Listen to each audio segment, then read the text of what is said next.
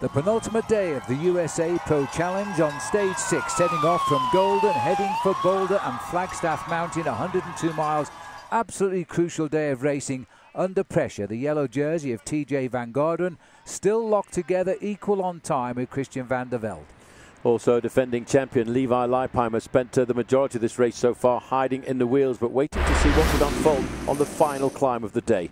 And there was an attack soon after leaving Golden. Matt Bramier, the champion of Ireland here, leading out ahead of Jens Voigt. They were trying to establish a group, and eventually they did. 14 riders got away. Yes, the most dangerous rider in that group, the Colombian rider Francisco Colorado, who was only 42 seconds behind in the lead. After they'd been through Boulder, where Sergei Vechkov had won the sprint there, it was then out onto the climbs, and the riders under pressure as they were now building a lead of 5 minutes over the main field, heading out towards the climbs of the day. Over the top of the Boulder Canyon, Alex Howes of Garmin just getting ahead of Francisco Colorado. And the reason he was doing that was to try and defend the overall lead in the King of the Mountains classification of his own teammate, Tom Danielson. These two riders were halfway across the cap, Carter Jones and Joey Roscoff. They would later get caught. As they now try to push on off the front here, this was an attack here by George Bennett in the lead and trying to go clear with Colorado, but they were caught. They discussed the matter and decided it was a waste of time, so back into the leading group they went. Yes, at this point there was still 60 miles to go, and the two riders who'd been in no man's land, they were too also pulled back into the fold. The main field very much under the control of Team BMC Racing of the overall leader, TJ Van Garderen. Into lines, 74 miles covered, and it was again Vechkov seeking out more points in the waste management points competition, taking out the sprint ahead of US champion Tim Duggan.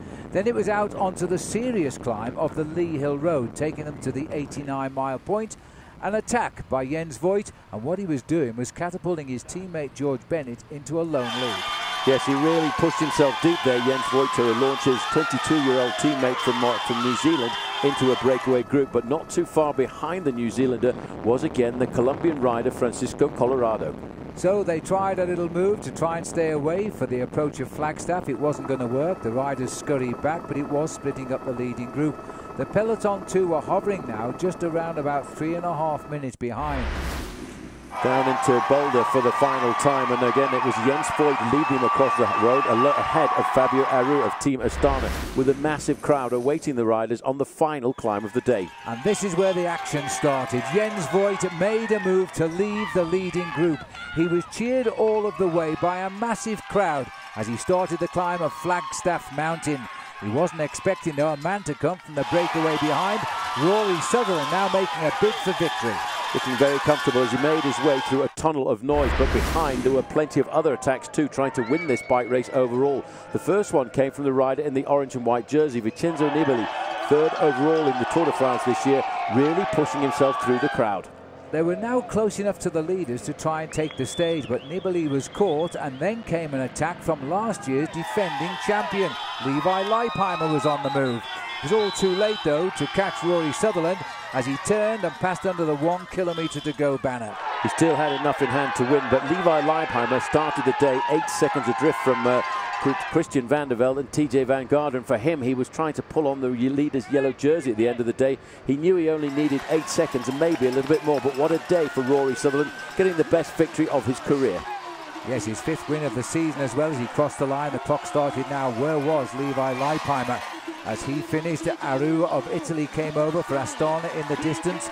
Jens Voigt was finishing 3rd, and with it was winning the Nissan King of the Mountains title. They were the points he needed. And then in the distance comes Levi Leipheimer. Leipheimer was looking now to see how much time gain over the fading TJ Van Garderen. 42 seconds behind Sutherland on the line. More importantly, how far behind was TJ Van Garderen? Christian van der Velde and Do Dombrowski were in the next group, so TJ Van Garderen was slipping away from the top end of the overall standings, and van der Velde, with this move here, was actually dropping down into 2nd place, a few seconds behind Levi Leipheimer at the end of the day. Van Garderen finishing the day with 3rd place overall at 21 seconds. Yes, so the win for Rory Sutherland, although he didn't affect the direction of the overall leaderboard. This was a big day for the man who now lives in Boulder, Colorado. His family watched him finish. The arrival of Levi Leipheimer is registered now a repeat win for him tomorrow in Denver. But it's not done yet. 21 seconds is the spread across the board. Van der Velde holds second place. Van Garderen goes down to third. Joe Dombrowski, best young rider, is up into fourth place. The top 10 completed by the Italian sprinter come climber, Damiano Caruso.